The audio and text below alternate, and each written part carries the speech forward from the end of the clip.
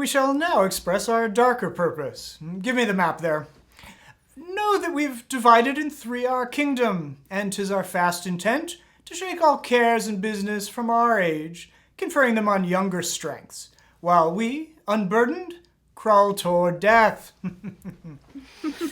Our son of Cornwall, and you, our no less loving son of Albany, we have this hour a constant will to publish our daughter's several dowers, that future strife may be prevented now.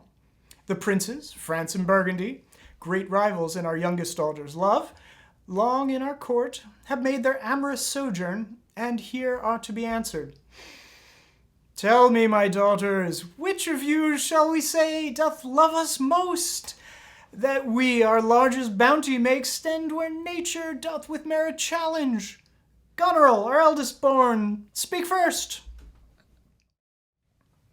Sir, I love you more than word can wield the matter. Dearer than eyesight, space, and liberty. Beyond what can be valued, rich or rare. No less than life, with grace, health, beauty, honor. As much as child e'er loved or father found.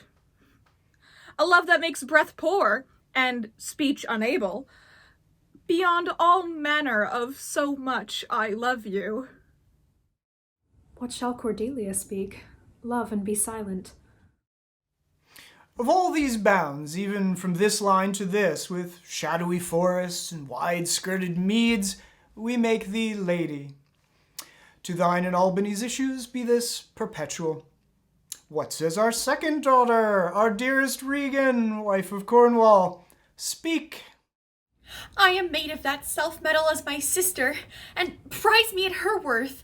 In my true heart, I find she names my very deed of love, only she comes too short, that I profess myself an enemy to all other joys, and find I am alone felicitate in your dear highness's love. Then poor Cordelia, and yet not so, since I am sure my love's more ponderous than my tongue. To thee and thine hereditary ever remain this ample third of our fair kingdom, no less in space, validity, and pleasure than conferred on Goneril. Now, our joy, although our last, not least, what can you say to draw a third more opulent than your sisters? Speak. Nothing, my lord. Nothing? Nothing. Nothing will come of nothing. Speak again. Unhappy that I am, I cannot heave my heart into my mouth.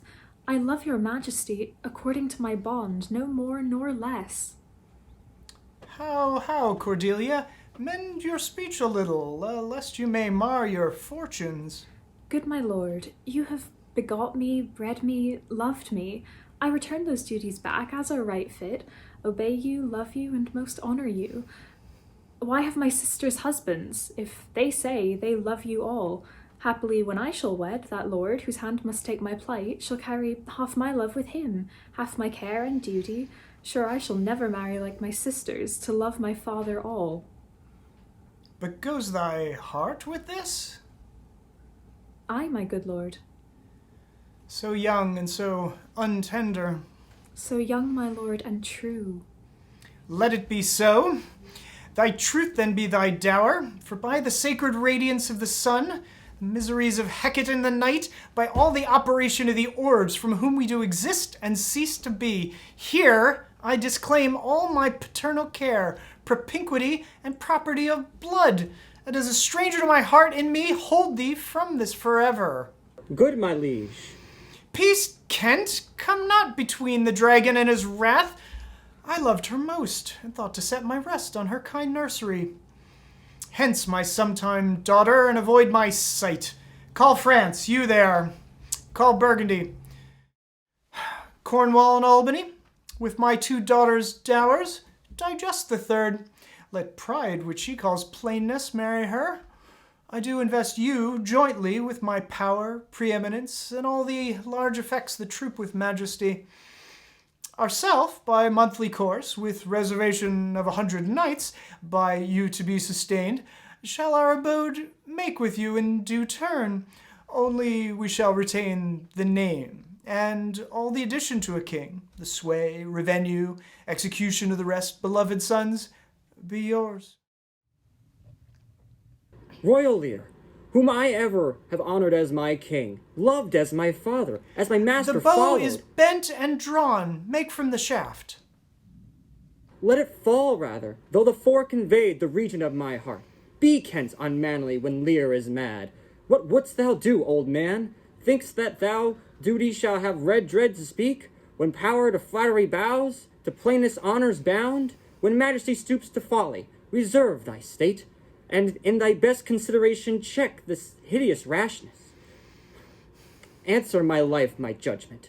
Thy youngest daughter does not love thee least, nor are those empty-hearted whose low sounds reverb no hollow. Kent, on thy life no more. My life I never held but as pawn, to wage against thine enemies, nor fear to lose it. Thy safety being Out of my sight. See better, Lear, and let me still remain the true blank of thine eye. Now by Apollo? Now by Apollo, king, thou swear'st thy gods in vain. O vassal, miscreant! Dear sir, forbear. Do, kill thy physician, and thee fee bestow upon thy foul disease. Revoke thy doom, or whilst I can vent clamor, from my throat I tell thee that thus evil.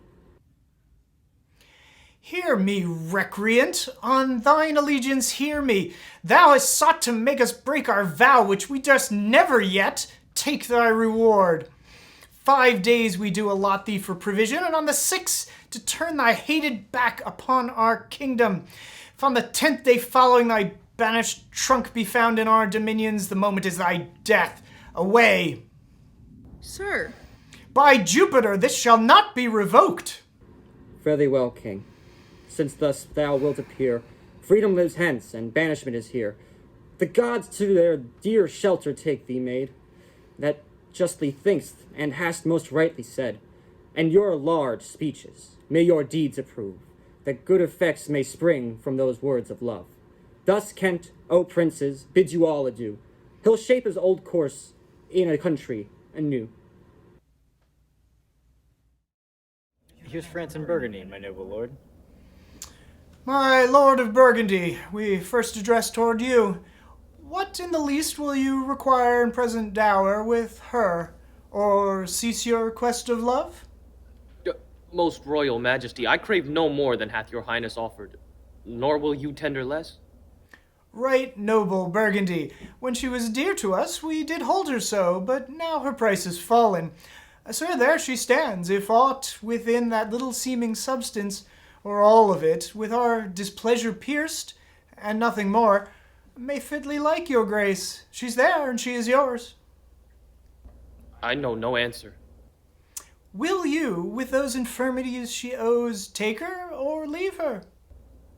Pardon me, royal sir, Then leave her, sir, for by the power that made me, I tell you all her wealth. For you, great king, I would not, from your love, make such a stray, to match you where I hate. Therefore beseech you to avert your liking a more worthier way than on a wretch whom nature is ashamed almost to acknowledge hers.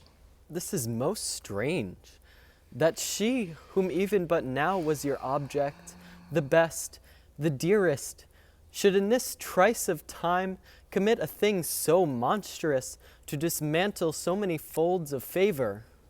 I yet beseech your majesty, if for I want that glib and oily art to speak and purpose not, since what I will intend I'll do it before I speak, that you make known it is no vicious blot, murder, or foulness, no unchaste action or dishonoured step that hath deprived me of your grace and favour, but even for want of that for which I am richer, a still soliciting eye, and such a tongue that I am glad I have not, though not to have it hath lost me in your liking.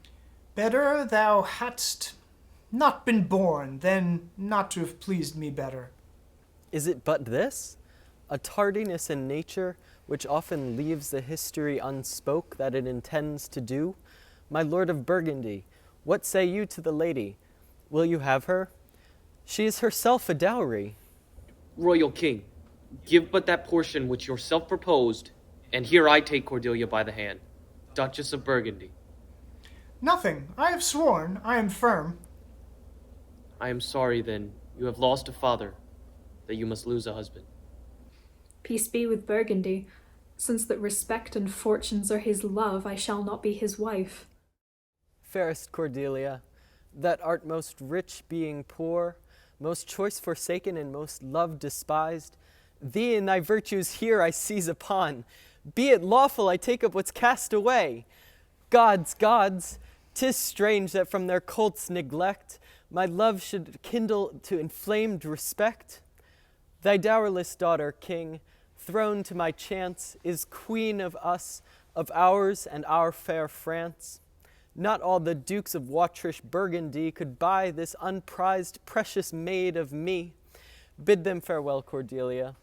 Though unkind, thou losest here, a better where to find. Thou hast her, France. Let her be thine, for we have no such daughter, nor shall ever see that face of hers again. Therefore, be gone without our grace, our love, our benison. Bid farewell to your sisters. The jewels of our father, with washed eyes Cordelia leaves you. I know you what you are, and like a sister am most loath to call your faults as they are named.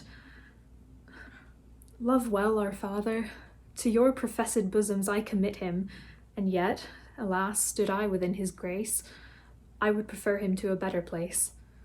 So farewell to you both. Prescribe was not our duty. Let your study be to content your lord, who hath received you at fortune's alms. You have obedience scanted, and well are worth the want that you have wanted. Time shall unfold what plighted cunning hides, who covers faults at last with shame derides. Well may you prosper. Sister, it is not little I have to say of what most nearly appertains to us both. I think our father will hence tonight. That's most certain. And with you. Next month with us. You see how full of changes his age is. The observation we have made of it hath not been little. He always loved our sister most, and with what poor judgment he has now cast her off, appears too grossly. 'Tis the infirmity of his age, yet he hath ever but slenderly known himself. The best and soundest of his time hath been but rash. Then we must look from his age to receive not alone the imperfections of long engraft condition, but therewithal the unruly waywardness that infirm and choleric years bring with them. Such unconstant starts we like to have from him as this of Kent's banishment. We must further think on it. We must do something, and in the heat.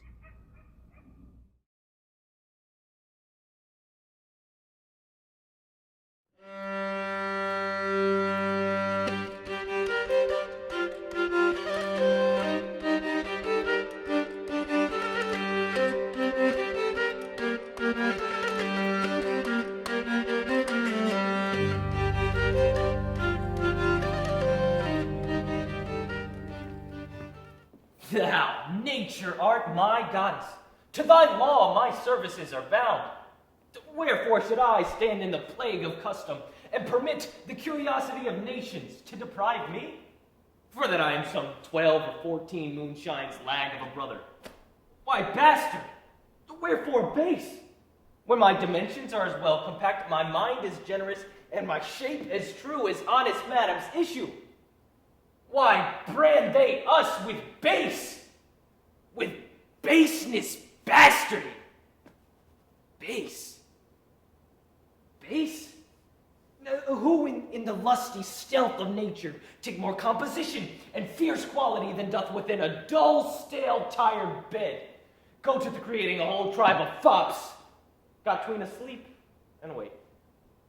Well then, legitimate Edgar, I must have your land. Our father's love is to the bastard Edmund as to the legitimate. Fine word, legitimate. Well, my legitimate, If this letter speed and my invention thrive, Edmund the base shall top the legitimate. I grow, I prosper. Now, gods, stand up for bastards!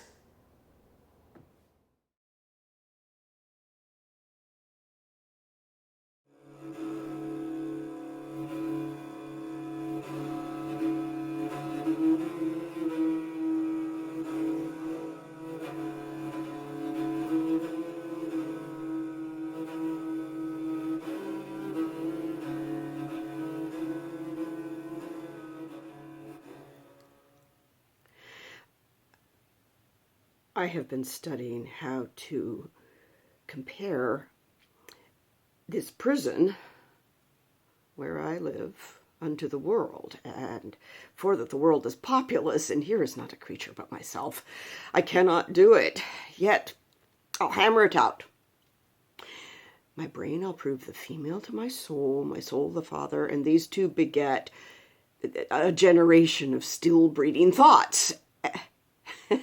And these same thoughts people this little world in humors like the people of this world, for no thought is contented, the better sort, as thoughts of things divine are intermixed with scruples, and do set the faith itself against the faith, as thus: come, little children, and then again, it is as hard to come as for a camel to thread the postern of a needle's eye.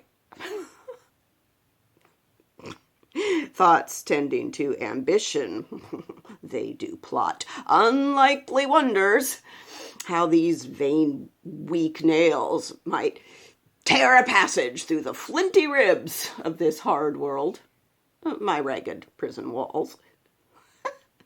And for they cannot die in their own pride. Thoughts tending to content flatter themselves that they are not the first of fortune's slaves, nor shall not be the last, like silly beggars, who, sitting in the stocks, refuge their shame that many have, and others must sit there. And in this thought, they find a kind of ease, bearing their misfortune on the backs of such as have before endured the like. Thus play I in one prison, many people, and none contented. Sometimes am I king, then treason makes me wish myself a beggar, and so I am. Then a crushing penury persuades me I was better when a king. Then am I kinged again. And by, think that I am unkinged by Bolingbroke, and straight am nothing. But whate'er I am,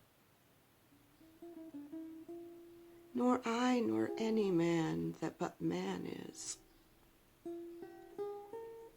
with nothing shall be pleased till he be eased with being nothing.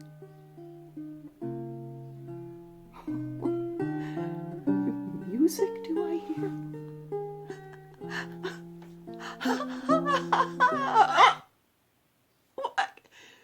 Keep time!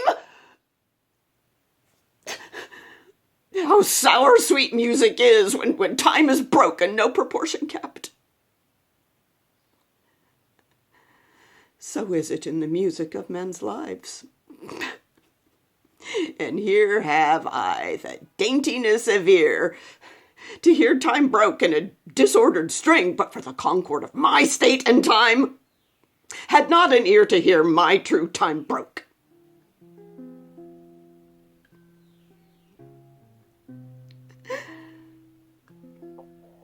I wasted time, and now doth time waste me. Oh, this music mads me. Let it sound no more. For though it hath helped madmen to their wits, in me, it seems it will make wise men mad. Yet blessing on his heart that gives it me. For 'tis a sign of love, and love to Richard is a strange brooch in this all-hating world.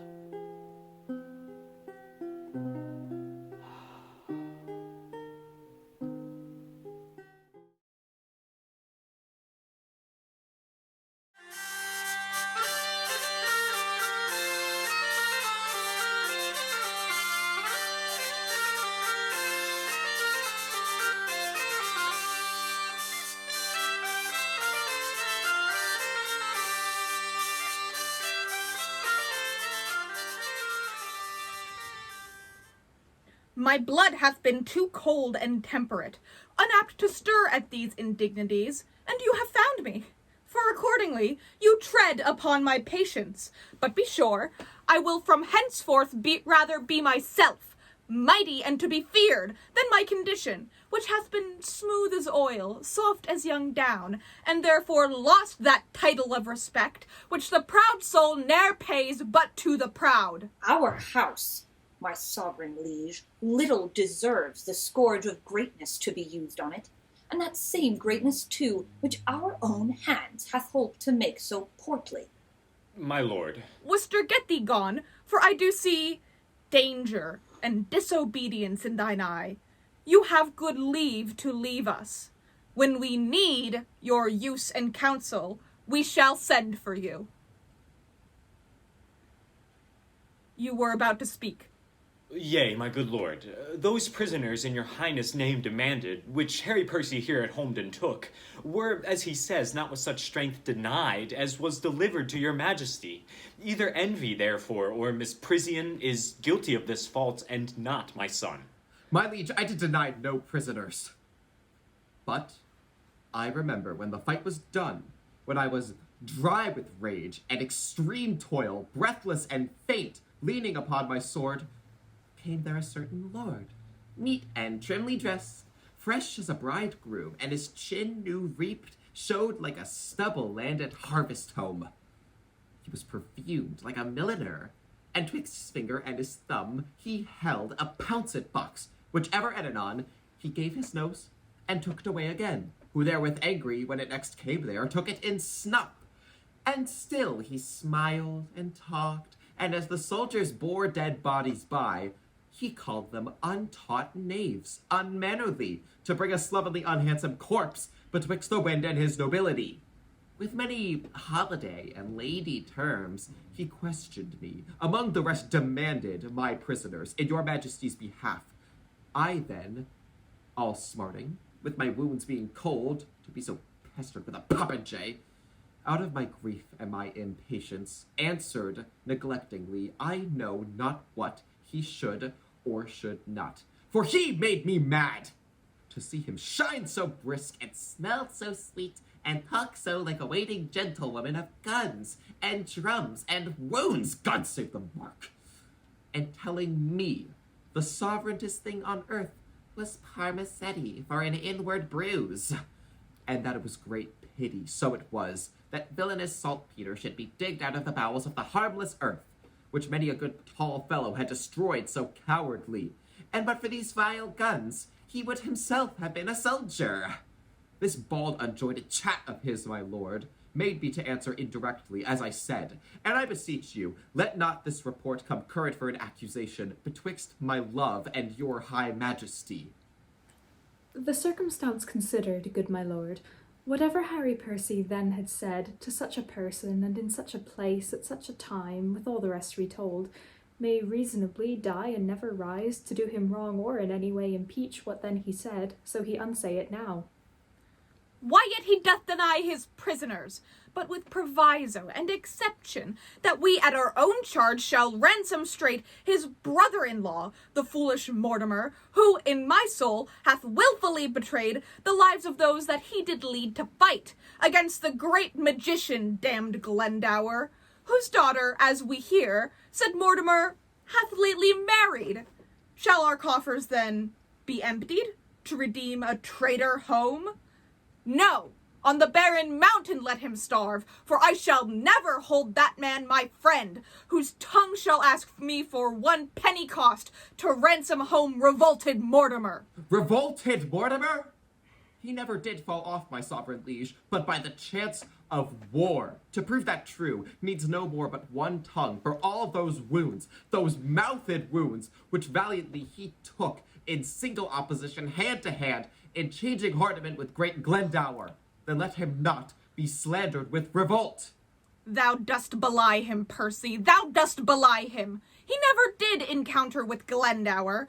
I tell thee, he durst as well have met the devil alone as Owen Glendower for an enemy.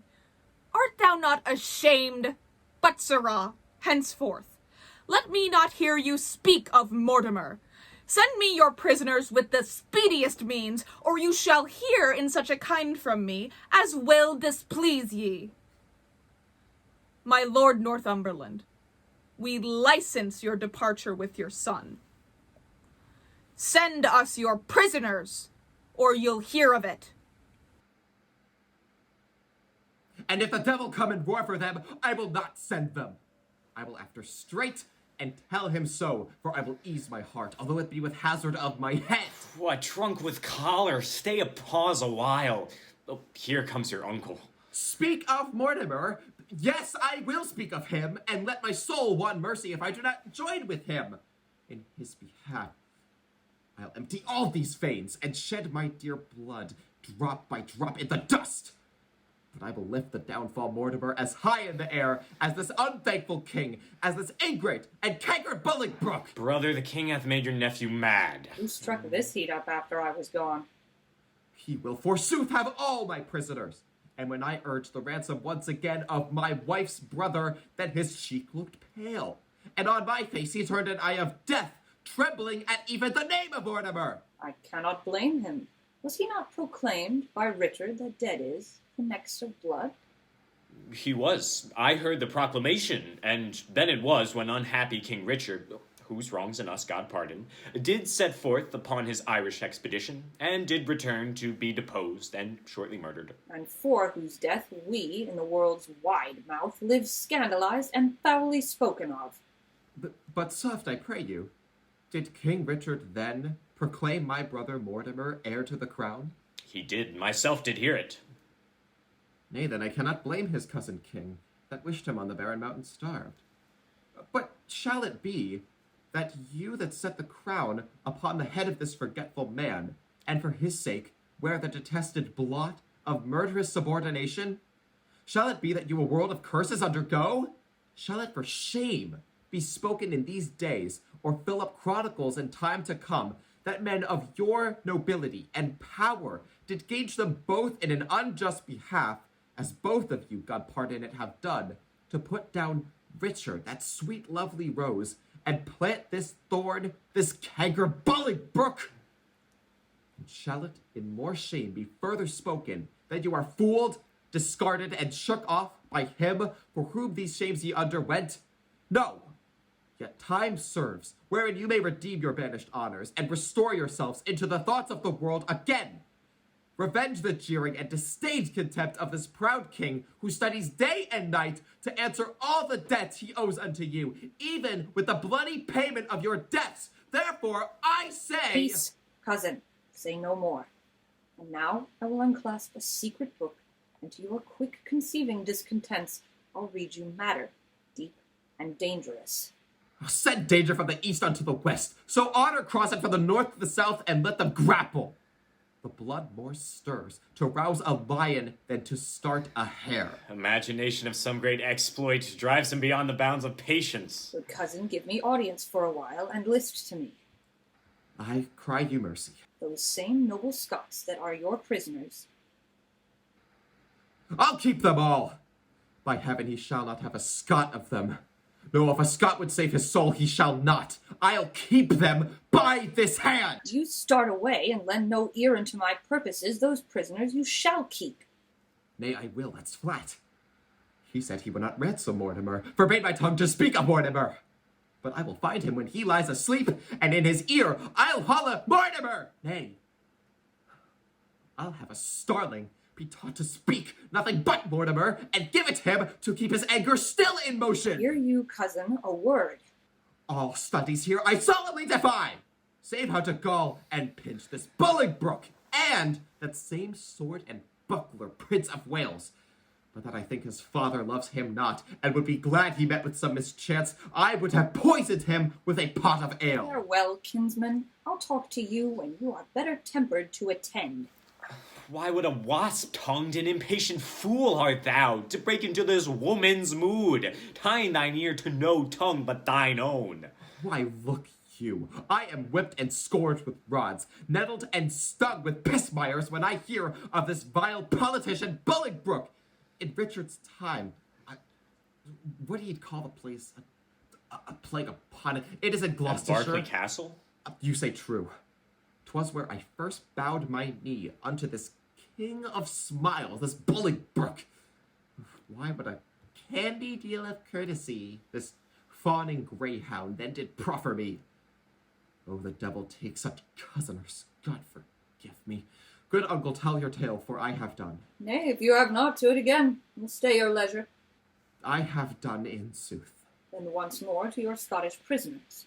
Deliver them up without their ransom straight, and make the Douglas son your only mean for powers in Scotland, which, for divers reasons, which I shall send you written, be assured, will easily be granted. You, my lord, your son in Scotland being thus employed, shall secretly into the bosom creep of that same noble prelate, well beloved, the Archbishop. Of York, is not? True, who bears hard his brother's death at King Henry's decree. I speak not this in estimation, as what I think might be, but what I know is ruminated, plotted, and set down. I smell it. Upon my life it will do wondrous well. Why, I cannot choose but be a noble plot, and then the power of Scotland and of York to join with Mortimer. Ha! And so they shall. In faith, it is exceedingly well aimed. And 'tis no little reason bids us speed to save our heads by raising of a head. For bear ourselves as even as we can, the king shall always think him in our debt, and we think ourselves unsatisfied, till he hath found a time to pay us home. And see already how he doth begin to make us strangers to his looks of love. He does. We'll be revenged on him. Cousin, farewell. No further go in this than I by letters shall direct your course, when time is ripe, which will be suddenly. Farewell, good brother. We shall thrive, I trust. Uncle, adieu. Oh, let the hours be short, till fields and blows and groans applaud our sport.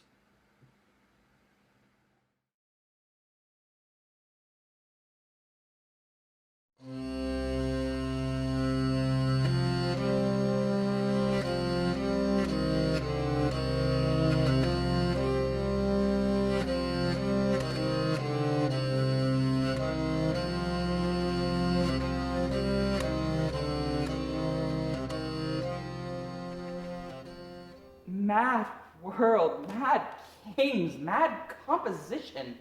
John, to stop Arthur's title in the whole, hath willingly departed with a part, and France, whose armor conscience buckled on, whom zeal and charity brought to the field, as God's own soldier, rounded in the ear with that same purpose changer, that sly devil, that broker that still breaks the pate of faith, that daily break vow, he that wins of all, of kings, of beggars, old men, young men, maids, who having no external thing to lose but the word maid, chafes the poor maid of that smooth-faced gentleman, tickling commodity.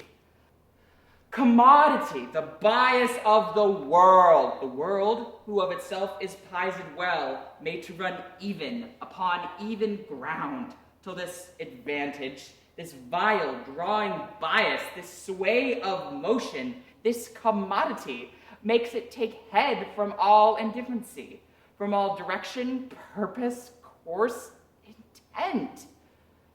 And this same bias, this commodity, this bawd, this broker, this all-changing word clapped on the outward eye of fickle France hath drawn him out of his own determined aid from a resolved and honorable war to a most base and vile concluded peace.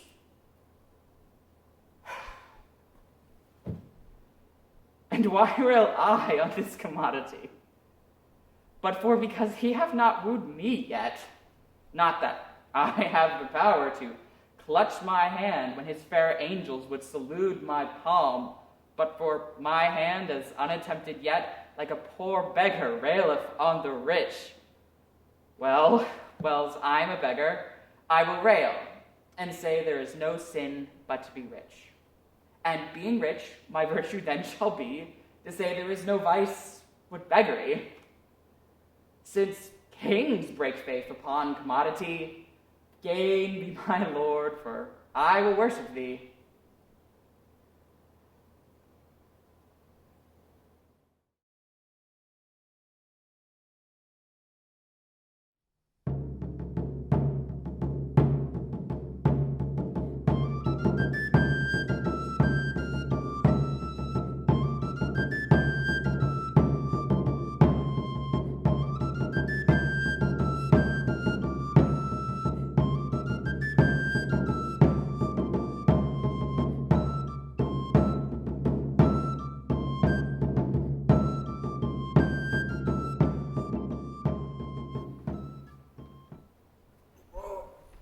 Now, Hal, what time of day is it, lad? Thou art so fat-witted with drinking of old sack, and unbuttoning thee after supper, and sleeping upon benches after noon, that thou hast forgotten to demand that truly, which thou wouldst truly know. What a devil hast thou to do with the time of the day, unless hours were cups of sack, and minutes capons, and the blessed sun himself a fair hot wench in flame-colored taffeta? I see no reason why thou shouldst be so superfluous to demand the time of day. Indeed, you come near me now, Hal. For we that take purses go by the moon and 7 stars, and not by Phoebus, he that wandering night so fair. And I prithee, sweet wag, when thou art king, as God save thy grace, majesty I should say, for grace thou wilt have none. What? None? No, by my troth, not so much as would serve to be prologue to an egg and butter. Well, how then? Come roundly. Marry then, sweet wag, when thou art king, let not us that are squires of the night's body be called thieves of the day's beauty. Yeah. Let us be Diana's foresters, gentlemen of the shade, minions of the moon.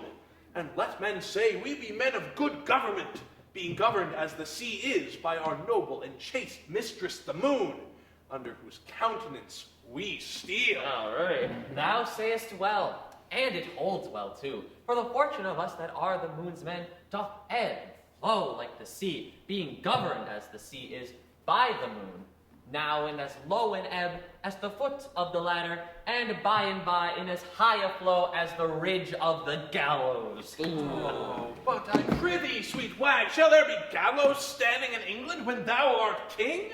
Do not thou, when thou art king, hang a thief? No, thou shalt. Shall I? Oh, rare! By the Lord, I'll be a brave judge. Thou judgest false already. I mean, thou shalt have the hanging of the thieves, and so become a rare hangman. Well, Hal, well. And in some sort it jumps with my humor, as well as waiting in the court, I can tell you. 'S blood, I am as melancholy as a gib cat, or a lugged bear, or an old lion, or a lover's lute. Yea, or the drone of a Lincolnshire bagpipe. What sayest thou to a hare, or the melancholy of Moor Ditch? Thou hast the most unsavory similes, and art indeed the most rascaliest comparative. Sweet young prince. But Hal, I prithee, trouble me no more with vanity. I would to God thou and I knew where a commodity of good names were to be bought. An old lord of the council rated me the other day in the street about you, sir. But I marked him not, and yet he speaked very wisely. But I regarded him not, and yet he talked wisely, and in the street too. Well, thou didst well, for wisdom cries out in the street, and no man regards it. Oh, thou hast damnable iteration, and art indeed able to corrupt a saint. Oh, thou hast done much harm unto me, Hal. God forgive thee for it. Before I knew thee, Hal, I knew nothing. And now am I, if a man should speak truly, little better than one of the wicked. Come now. I must give over this life, and I will give it over. By the Lord, and I do not, I am a villain. Oh, I'll be damned for never a king's son in Christendom. Where shall we take a purse tomorrow, Jack? Zounds, where thou wilt, lad, I'll make one. And I do not call me villain and baffle me. I see a good amendment of life in thee, from praying to purse taking. Why, Hal, 'tis my vocation, Hal. 'Tis no sin for a man to labor in his vocation. Good morrow, Ned. Good morrow, sweet Hal. What says Monsieur Remorse? What says Sir John Sugar and Sap? Jack, how agrees thee and the devil about thy soul, that thou soldest him on Good Friday last for a cup of Madeira and a cold capon's leg? Sir John stands to his word. The devil shall have his bargain, for he was never yet a breaker of proverbs. He will give the devil his due. Then thou art damned for keeping thy word with the devil. Else he had been damned for cousining the devil. But my lads, tomorrow morning early, by 3 o'clock early at Gad's Hill, there are pilgrims going to Canterbury with rich offerings and traders riding to London with fat purses. If you will go with me, I will stuff your purses full of crowns. If not, tarry at home and be hanged.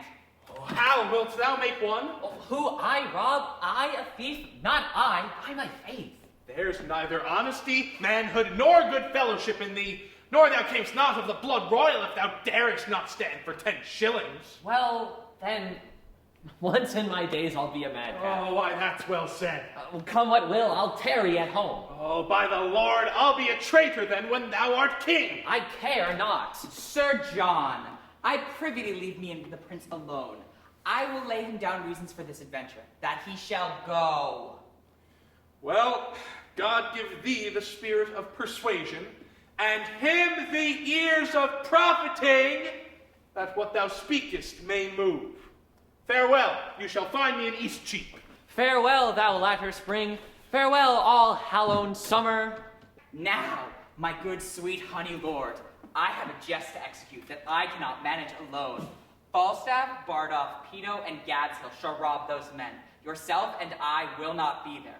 And when they do have the booty, if you and I do not rob them, cut this head from my shoulders. But how shall we part with them in breaking forth? Why, we will set forth before or after them, and appoint them a place of meeting, where it is our pleasure to fare. Then will they adventure upon the exploit themselves, which they shall have no sooner achieved, but we'll set upon them. Yea. Oh, but it is like that they will know us to be ourselves. Tut, our horses they shall not see. I'll tie them in the wood, our mask we shall change after we leave them, and Sirrah, I have cases of buckram for the nonce to amask our noted outward garments.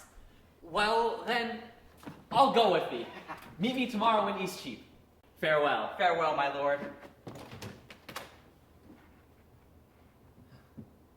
I know you all, and will a while uphold the unyoked humor of your idleness.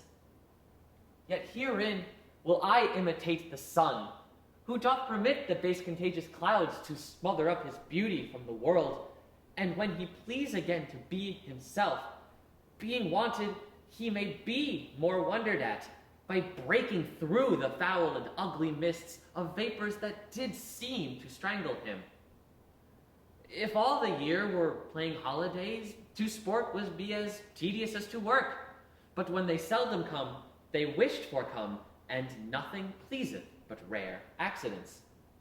So when this loose behavior I throw off, and pay the debt I never promised, by how much better than my word I am?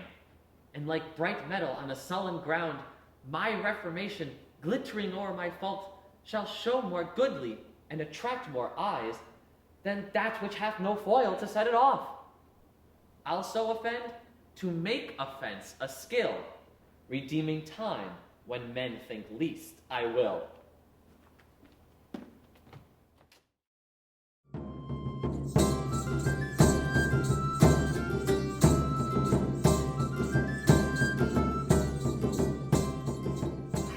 Come, shelter, shelter. I have removed Falstaff's horse, and he frets like a gummed velvet. Point! Point! Be hanged! Point! Peace, ye fat kid, ye rascal. What a brawling dost thou keep? Where's Point, Hal? He has walked up to the top of the hill. I'll go seek him. I am accursed to rob in that thief's company. That rascal hath removed my horse and tied him I know not where. If I travel but 4 foot by the square, further a foot, I shall break my wind. Well, I doubt not but to die a fair death for all this, if I escape hanging for killing that rogue. I have forsworn his company hourly any time this 22 years, yet I am bewitched with the rogue's company.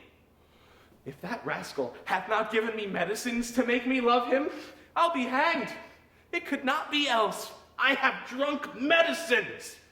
Poins, Hal, a plague upon you both! Bardolph, Pedo! I'll starve ere I rob a foot further. And 'twere not as good a deed as to drink, to turn true man and to leave these rogues. I am the veriest varlet that ever chewed with a tooth. 8 yards of uneven ground is 70 miles a foot with me, and those stony-hearted villains know it well enough. The plague upon't when thieves cannot be true to one another. Ooh, a plague upon you all! Give me my horse, you rogues! Give me my horse and be hanged! Peace, ye fat guts! Lie down, lay thine ear close to the ground, and list if thou can hear the tread of travelers. Have you any levers to lift me up again, being down? What a plague mean ye to colt me thus? Thou liest, thou art colted, thou art uncolted. I prithee, good Prince Hal, help me to my horse. Good king's son. Out, you rogue, shall I be your ostler? Go hang thyself in thine own heir apparent garters. If I be ta'en, I'll peach for this. And I have not ballads made on you all and sung to filthy tunes. Let a cup of sack be my poison. When a jest is so forward, and a foot too, I hate it. Stand. So I do, against my will. Bardolph, what news? Casey, on with your mask. There's money of the king's coming down the hill. 'Tis going to the king's exchequer. You lie, ye rogue. 'Tis going to the king's tavern. That's enough to make us all. To be hanged. Sirs, you four shall front them in the narrow lane. Ned and I will walk lower. If they escape from your encounter, then they light on us. How many be there of them? Some 8 or 10. Zounds, will they not rob us? What, a coward, Sir John Paunch? Indeed, I am not John of Gaunt, your grandfather, but yet no coward, Hal. We'll leave that to the proof. Stand close. Now, my masters, happy man be his dole, say I, every man to his business. Come, neighbor. The boy shall lead the horses down the hill. We'll walk afoot a while and ease our legs.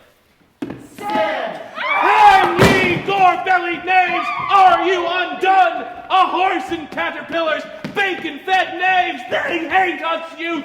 Down with them! Fleece them! The thieves and I have robbed the true men. Now do thou and I rob the thieves and go merrily to London. Stand close, I hear them coming. Come, my masters, let us share! And then to horse before day. And the prince and Poins be not two arrant cowards. There's no equity stirring. There's no more valor in that Poins than in a wild duck. Your money! Villains! The thieves are scattered and possessed with fear so strongly, they dare not meet each other. Each takes his fellow for an officer. Away, good Ned. Falstaff sweats to death, and large the lean earth as he walks along. Were it not for laughing, I should pity him. How the robe roar!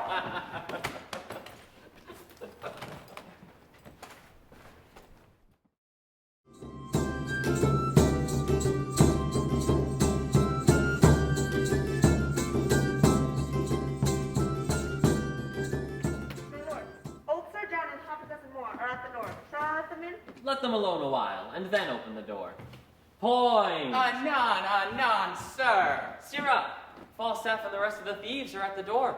Shall we be merry? As merry as crickets, my lad. Call in ribs, call in tallow.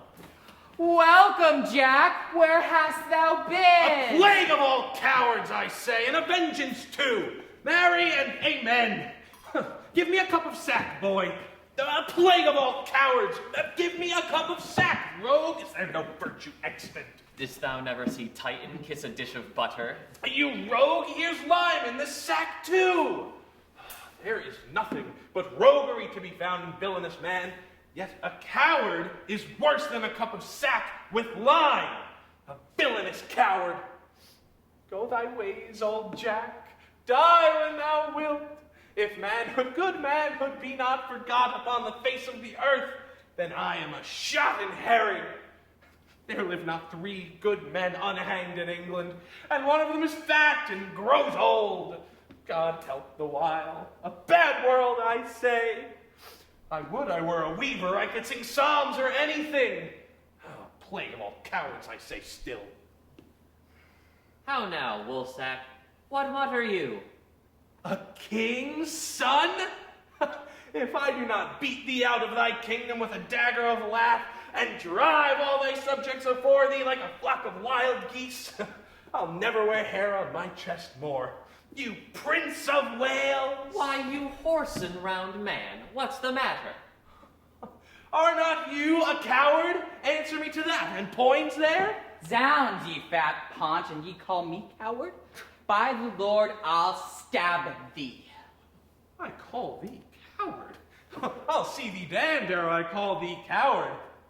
But I would give £1,000 I could run as fast as thou canst. You are straight enough in the shoulders, you care not who sees your back. Call you that backing of your friends? The plague upon such backing! Give me them that will face me. Give me a cup of sack. I am a rogue if I drunk today. Oh, villain, thy lips are scarce wiped since thou drunkst last. All's one for that. A plague of all cowards, still say I. What's the matter? What's the matter? Here be 4 of us have ta'en £1,000 this morning. Where is it, Jack? Where is it? Where is it? Taken from us it is. 100 upon poor 4 of us. What, 100, man? I am a rogue. If I were not at half sword with a dozen of them 2 hours together. I am 8 times thrust through the doublet, 4 through the hose, my buckler cut through and through, my sword hacked like a handsaw, ecce signum. I never dealt better since I was a man. All would not do. Oh, plague of all cowards! Let them speak. If they speak more or less than truth, they are villains and the sons of darkness. Speak, sirs, how was it? We 4 set upon some dozen. 16 at least, my lord. And bound them. No, they were not bound. You rogue, they were bound, every man of them. As we were sharing, some 6 or 7 fresh men set upon us. And unbound the rest, and then come in the other. What, fought you with them all? All? I know not what you call all, but if I fought not with 50 of them, I am a bunch of radish. If there were not 2 or 3 and 50 upon poor old Jack, then I am no 2-legged creature. Pray God you have not murdered some of them. Nay, that's past praying for. I have peppered 2 of them. 2 I am sure I have paid 2 rogues in buckram suits. I tell thee what happened. If I tell thee a lie, spit in my face, call me horse. Thou knowest my old word. Here I lay, and thus I bore my point. 4 rogues in buckram let drive at me. What for? Thou saidst but 2, even now. 4, Hal, I told thee 4. Aye, 4. These, you said 4. These 4 came all affront and mainly thrust at me.